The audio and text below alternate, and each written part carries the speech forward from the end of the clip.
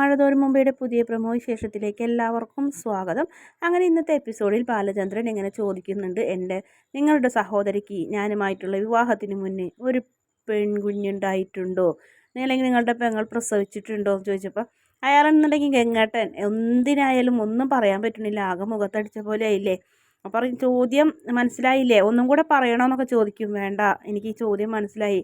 അപ്പോൾ അയാൾ അങ്ങനെ ഒരു ഇംഗ്ലീഷിലൊരു ഡയലോഗ് പറയുമ്പോൾ ഇംഗ്ലീഷ് വേണ്ട, മലയാളം മാത്രം, മലയാളത്തിൽ മറുപടി പറയണം എന്ന് പറയും. അപ്പോൾ ആ സമയത്ത് അയാൾ എന്തോ പറയാൻ പോകുമ്പോൾ ഫോൺ ബെല്ലടിക്കും. 1 മിനിറ്റ് എന്ന് പറയും. അങ്ങനെ മാലതിയായിരുന്നു പുറത്ത് പോയിട്ട് പറയും, എന്തായി ഇവിടെ എന്ന് പറയുമ്പോൾ ഇവിടെ ആകെ പ്രശ്നമാണ്, അവൻ എൻ്റെ തലയിൽ പെട്രോൾ വെച്ചിട്ട് ലൈറ്ററായിട്ട് നിൽക്കണമെന്ന് പറയും. എന്ന് വെച്ചാൽ അവൻ ചോദിക്കുന്ന അവൻ്റെ ഭാര്യ 22 വർഷങ്ങൾക്ക് മുന്നേ ഒരു പെൺകുഞ്ഞിന് ജന്മം കൊടുത്തിട്ടുണ്ടോ എന്ന് ചോദിക്കരുത്, എല്ലാം അറിഞ്ഞിട്ടുണ്ട്, നിങ്ങളെന്ത് പറഞ്ഞതെന്ന് പറയുമ്പോൾ ഞാനിതൊന്ന് സോൾവ് ചെയ്യട്ടെ എന്നിട്ട് വിളിക്കാമെന്ന് പറയും. അതേസമയം തന്നെ മാലതി ജോലിക്കാരിനെ വിളിച്ചിട്ട് ചിക്കൻ ഫ്രൈയും മീൻ ഫ്രൈയും അങ്ങനെയൊക്കെ ഓരോന്നും ഉണ്ടാക്കിക്കാനൊക്കെ ഏർപ്പാടാക്കണ്. അവരിപ്പോൾ വരും എന്ന് പറയുന്നേ. അതിനുശേഷം പിന്നെയും കാണിക്കുന്നത് ഹോട്ടലിന്. ആ സമയത്ത് ഹോട്ടൽ പോയി ഫുഡൊക്കെ ആയിട്ട് വരുന്നുണ്ട്. അപ്പോൾ അതൊക്കെ അയാൾ തട്ടിക്കളയുന്നുണ്ട്. അയാൾക്ക് ഭ്രാന്ത് പിടിച്ച പോലത്തെ ഒരു അവസ്ഥയിലാണ് അയാൾ നിൽക്കുന്നത്. അങ്ങനെ വീണ്ടും ഇല്ലാത്ത പ്രശ്നത്തിലാണ്. അപ്പോൾ വീണ്ടും ബാലചന്ദ്രൻ ആൾ വന്നപ്പോൾ ചോദിക്കിന്, എങ്ങേട്ടന് ഞാൻ ചോദിച്ചതിന് ഉത്തരം, എനിക്ക് ഉത്തരം മാത്രം 2 ചോദ്യമുള്ളൂ, അതിനെനിക്ക് ഉത്തരം കിട്ടണം, വേറൊന്നും വേണ്ട. അപ്പോൾ അവൾക്ക് അങ്ങനെ ഒരു അബദ്ധം പറ്റിയിട്ടുണ്ടെന്ന് പറയും. അങ്ങനെ അയാൾ അകത്താകരും. അത് ബാലചന്ദ്രൻ വിഷമിക്കാതിരിക്കുക, അത് അങ്ങനെ ഒരു അബദ്ധം അവൾക്ക് പറ്റാനുണ്ടായ സാഹചര്യം എന്ന് പറഞ്ഞപ്പോൾ മതി, നിർത്ത്, നിങ്ങളുടെ പെങ്ങൾ ആരുടെയൊക്കെ കൂടെ വ്യഭിചരിച്ചു എന്ന് അല്ല ഞാൻ ചോദിച്ചത്, ഇനിയിപ്പോൾ അഥവാ അത് വ്യഭിചരിച്ചു എന്ന് അത് നിങ്ങൾക്കറിയില്ല എന്ന് പറഞ്ഞാലും ഞാൻ സമ്മതിക്കാം, പക്ഷെ ഒരു കുഞ്ഞിനെ പ്രസവിച്ചു എന്ന് പറഞ്ഞാൽ നിങ്ങൾക്കറിയാലോ എന്ന് പറയും.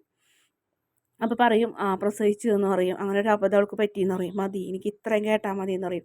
എന്നിട്ട് താനൊന്ന് കൂളാവുമെന്ന് പറയും. ഇപ്പോൾ കൂളാവാനോ, താൻ എന്താടോ എന്നെ പറ്റി കരുതിയത്, താൻ എന്നോട് ഇത്രയും ബഹുമാനത്തോടെ സ്നേഹത്തോടെയൊക്കെ പെരുമാറിയത് തൻ്റെ പെങ്ങളെ ഞാൻ ചുമക്കുന്നത് കൊണ്ടായിരിക്കും, സഹതാപം കൊണ്ടാണല്ലോ താൻ എന്നെ സ്നേഹിച്ചത് എന്നൊക്കെ പറഞ്ഞ് ഷർട്ടിൻ്റെ കോളറിലൊക്കെ പിടിച്ച് വലിച്ച് ഉന്തി അങ്ങോട്ടും ഇങ്ങോട്ടൊക്കെ വലിക്കുന്നുണ്ട്. എന്തായാലും അയാളെല്ലാം സഹിക്കാൻ തയ്യാറായി നിൽക്കുകയാണ്. പിന്നെ കാണിക്കുന്നത് ബാലചന്ദ്രൻ ഇങ്ങനെ തകർന്നിരിക്കുന്നു. ബാലചന്ദ്രനെ അവിടെ ആക്കിയിട്ട് ഗംഗാധരൻ വീട്ടിലേക്ക് വരുന്നുണ്ട്. അപ്പം ബാലചന്ദ്രൻ എന്തേന്ന് ചോദിക്കുമ്പോൾ ഹോട്ടൽ റൂമിലാണ്. അതെന്താണെന്ന് ചോദിക്കുമ്പോൾ അയാളാകെ തകർന്നിരിക്കുന്നത്, അയാൾ സത്യങ്ങളൊക്കെ അറിഞ്ഞിട്ടുണ്ട് വന്നത്. എന്നാലും ഗംഗേട്ടൻ എന്തിനാ അതിപ്പം സമ്മതിക്കാൻ പോയത്, ഇല്ല എന്ന് പറയുന്നില്ല എന്ന് പറഞ്ഞപ്പോൾ വ്യക്തമായിട്ട് അറിഞ്ഞിട്ടാണ് വരുന്നത്. എങ്ങനെ അറിയാനാണ്, 22 വർഷങ്ങൾക്ക് മുന്നേ അപ്പം അച്ഛനും കുഞ്ഞുണ്ണി അങ്കിളും കൂടി എന്തോ ചെയ്ത് കുഞ്ഞ് മരിച്ചെന്നല്ലേ പറഞ്ഞത്. വൈജിയോട് അങ്ങനെയാണ് പറഞ്ഞത്, സത്യത്തിൽ അങ്ങനെയല്ല, ഏതോ ഒരു അനാഥാലയത്തിൽ കുഞ്ഞിനെ ആക്കിയിട്ടുണ്ടെന്നാണ് അച്ഛൻ പറഞ്ഞത്. അതിനുശേഷം ഒരു അസുഖം വന്ന് കുഞ്ഞ് മരിച്ചെന്നും അച്ഛൻ പറഞ്ഞു. അങ്ങനെ തന്നെയാണ് വൈജിയെ വിശ്വസിച്ചേക്കണേന്ന് പറയും. പിന്നെ ഇതെങ്ങനെ പുറത്ത് വന്ന് എന്ത് പറയും എന്ന് പറയുമ്പോൾ എനിക്കൊന്നും അറിയില്ല എന്ന് പറയും. എന്തായാലും നിങ്ങൾ ഭക്ഷണം കഴിച്ചിട്ട് പോയാൽ മതി എന്ന് പറയും.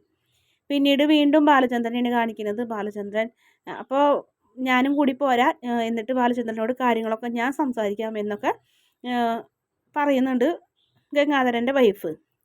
ആ സമയത്ത് ബാലചന്ദ്രൻ ഇങ്ങനെ സ്മോൾ അടിച്ചുകൊണ്ടിരിക്കുന്നു. അപ്പം ഈ കോണിയും ബെല്ലടി കേൾക്കുമ്പോൾ തുറക്കാൻ പറഞ്ഞ് അകത്തേക്ക് വരുന്നത് ഈ സ്ത്രീന്. അപ്പോൾ അവരെ കണ്ടപ്പോൾ നിങ്ങളായിരുന്നോ, എന്താണ് ഇരിക്കുക എന്നൊക്കെ പറയും. ഇതെന്താ എല്ലാത്തിനൊരു അവസാനം ഉണ്ടോ, ഇതിങ്ങനെ കുടിച്ചാൽ ബാലചന്ദ്രൻ്റെ പ്രശ്നങ്ങൾ തീരുമെന്ന് ചോദിക്കും. എൻ്റെ പ്രശ്നങ്ങൾ തീരില്ലല്ലോ, നിങ്ങൾക്കൊരു കുടുംബജീവിതം ഇല്ലേ, അത് തകരില്ലേന്ന് ചോദിക്കും. ഇനി എന്ത് തകരാൻ, അത് തകർന്നു, ഇനിയൊരു കുടുംബം ഇല്ല, നിങ്ങൾക്ക് 3 മക്കളില്ലേ പ്രായപൂർത്തിയായെന്ന് പറയുമ്പോൾ അതൊന്നുമില്ല, ഇനി എൻ്റെ മുന്നിൽ മക്കളും ഭാര്യയും ഒന്നുമില്ല എന്ന് പറയും.